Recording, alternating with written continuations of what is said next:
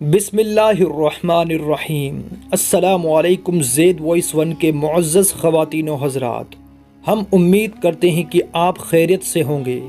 حضرت عمر رضی اللہ تعالی عنہ کے زمانے میں ایک پرہیزگار نوجوان تھا۔ وہ مسجد میں گوشہ نشین رہتا تھا اور اللہ کی عبادت میں مصروف رہتا۔ حضرت عمر رضی اللہ تعالی عنہ کو وہ شخص بہت پسند تھا۔ اس جوان کا بوڑھا باپ زندہ تھا اور وہ شخص عشاء کی نماز کے بعد اپنے بوڑھے باپ سے ملنے روزانہ جایا کرتا تھا۔ راستے میں ایک عورت کا مکان تھا۔ وہ اس جوان پر فریفتہ ہو گئی اور اسے بہکانے لگی۔ روزانہ دروازے پر کھڑی رہتی اور جوان کو دیکھ کر بہکایا کرتی۔ ایک رات اس شخص کا گزر ہوا تو اس عورت نے بہکانا شروع کیا، یہاں تک کہ وہ شخص اس کے پیچھے ہو گیا۔ جب وہ اس عورت کے دروازے پر پہنچا تو پہلے عورت اپنے مکان میں داخل ہو گئی، پھر یہ شخص بھی داخل ہونے لگا۔ اچانک اس نے اللہ کو یاد کیا اور یہ آیت اس کی زبان سے بے ساختہ جاری ہو گئی کہ بے شک جو لوگ خدا سے ڈرتے ہیں انہیں شیطان چھوتا ہے، وہ چونک جاتے ہیں اور ان کی آنکھیں کھل جاتی ہے اور پھر غش کھا کر وہیں دروازے پر گر پڑا۔ اندر سے عورت آئی، یہ دیکھ کر کہ جوان اس کے دروازے پر بے ہوش پڑا ہے، اس کو اپنے اوپر الزام آنے کا اندیشہ ہوا۔ چنانچہ اس نے اپنی ایک لونڈی کی مدد سے اس جوان مرد کو وہاں سے اٹھا کر اس کے دروازے پر ڈال دیا۔ ادھر بوڑھا باپ اپنے لڑکے کی آمد کا منتظر تھا۔ جب بہت دیر تک وہ نہ آیا تو اس کی تلاش میں گھر سے نکلا، دیکھا کہ دروازے پر بے ہوش پڑا ہے۔ بوڑھے نے اپنے گھر والوں کو بلایا، وہ اس کو اٹھا کر اپنے گھر کے اندر لے گئے۔ رات کو وہ نوجوان ہوش میں آیا۔ باپ نے پوچھا، بیٹا تجھے کیا ہو گیا؟ اس نے جواب دیا، خیریت ہے۔ باپ نے واقعے کی حقیقت دریافت کی تو اس نے پورا واقعہ بیان کر دیا۔ پھر باپ نے پوچھا، وہ کون سی آیت تھی جو تو نے پڑھی؟ یہ سن کر بیٹے نے آیت پڑھ کر سنائی اور پھر بے ہوش ہو کر گر پڑا۔ اس کو ہلایا گیا تو معلوم ہوا کہ وہ مر چکا ہے۔ چنانچہ رات ہی کو دفن کر دیا گیا۔ جب صبح ہوئی اور حضرت عمر رضی اللہ تعالیٰ عنہ کو اس کے انتقال کی خبر ملی تو مرحوم کے بوڑھے باپ کے پاس تعزیت کے لیے گئے۔ تعزیت کے بعد شکایت کی کہ مجھے خبر کیوں نہ دی؟ اس نے کہا، امیر المؤمنین رات ہونے کی وجہ سے اطلاع نہ دے سکے۔ حضرت عمر فاروق اعظم رضی اللہ تعالیٰ عنہ نے فرمایا، مجھے اس کی قبر پر لے چلو۔ قبر پر جا کر فرمایا، اے شخص، اس شخص کے لیے جو خدا سے ڈرتا ہے 2 باغ ہیں۔ اس شخص نے قبر کے اندر سے جواب دیا، اے عمر مجھے 2 جنتیں دے دی ہے۔ اسی طرح کا واقعہ ہے۔ ملک شام کے شہر دمشق میں ایک نوجوان خوبصورت لڑکی روزانہ یونیورسٹی جاتی تھی۔ اسی یونیورسٹی میں اس کا والد ایک ڈپارٹمنٹ کا انچارج تھا۔ ایک دن چھٹی کے فوراً بعد بادل گرجنے لگے اور زوردار بارش ہونے لگی۔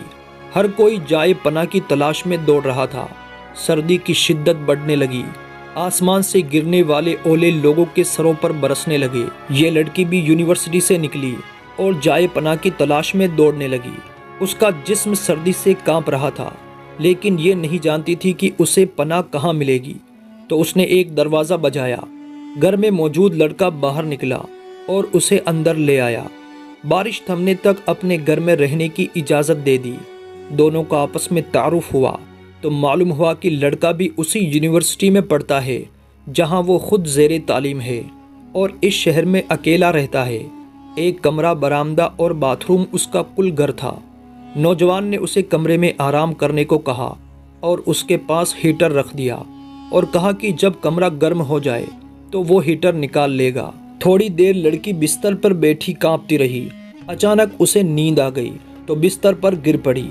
نوجوان لڑکا ہیٹر لینے کے لیے کمرے میں داخل ہوا تو اسے بستر پر سوئی ہوئی یہ لڑکی جنت کی حوروں کی سردار لگی۔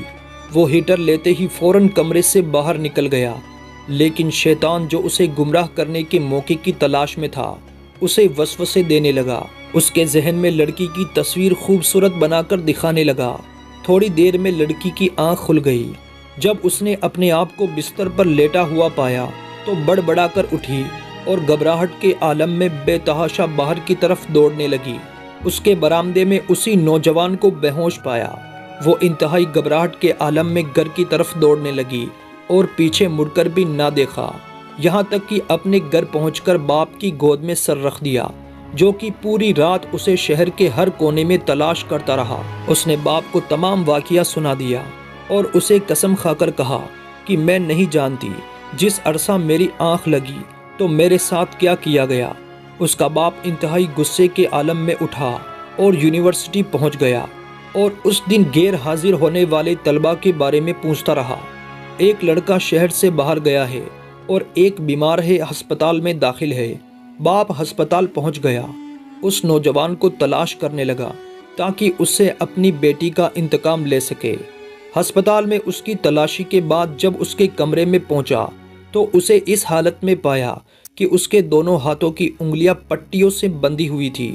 اس نے ڈاکٹر سے اس مریض کے بارے میں پوچھا تو ڈاکٹر نے بتایا جب یہ ہمارے پاس لایا گیا تو اس کے دونوں ہاتھ جل چکے تھے۔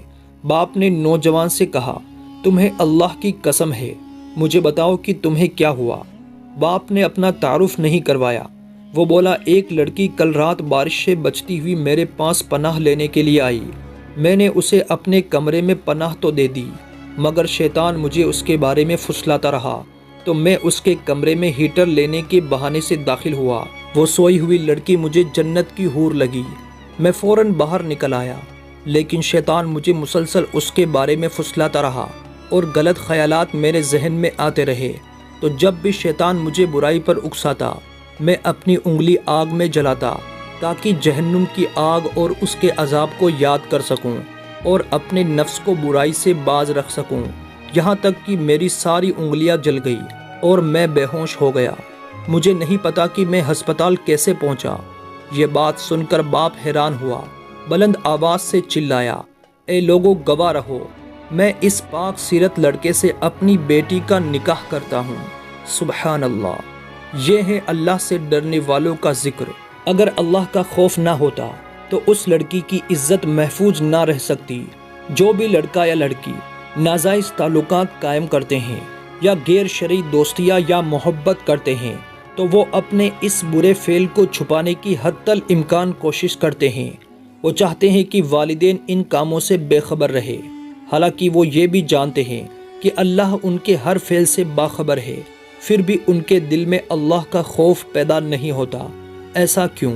کیونکہ والدین نے بچپن سے ان کے دل و دماغ میں اللہ کے خوف کی بجائے اپنا ذاتی خوف، رعب، دبدبہ، سزا ہی کا ڈر بٹھایا۔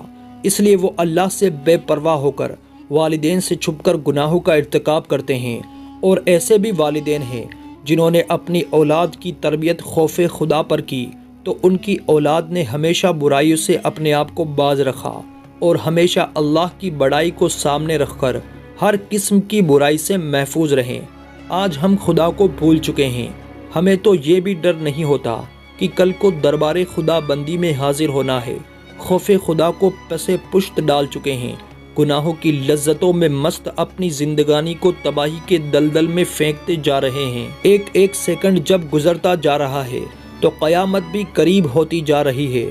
آج ہم ہر قسم کے گناہوں کے لیے تیار ہیں، روز بروز گناہوں میں اضافہ کر کے کندھوں پر موجود فرشتوں میں بائیں فرشتے کو تھکا دیتے ہیں۔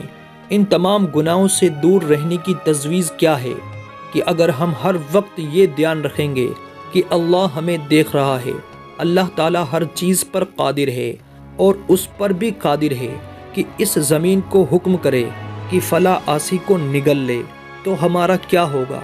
اگر یہ سوچ و فکر بن جائے تو انشاءاللہ گناہوں کی نحوست سے ہاتھ دھو بیٹھیں گے۔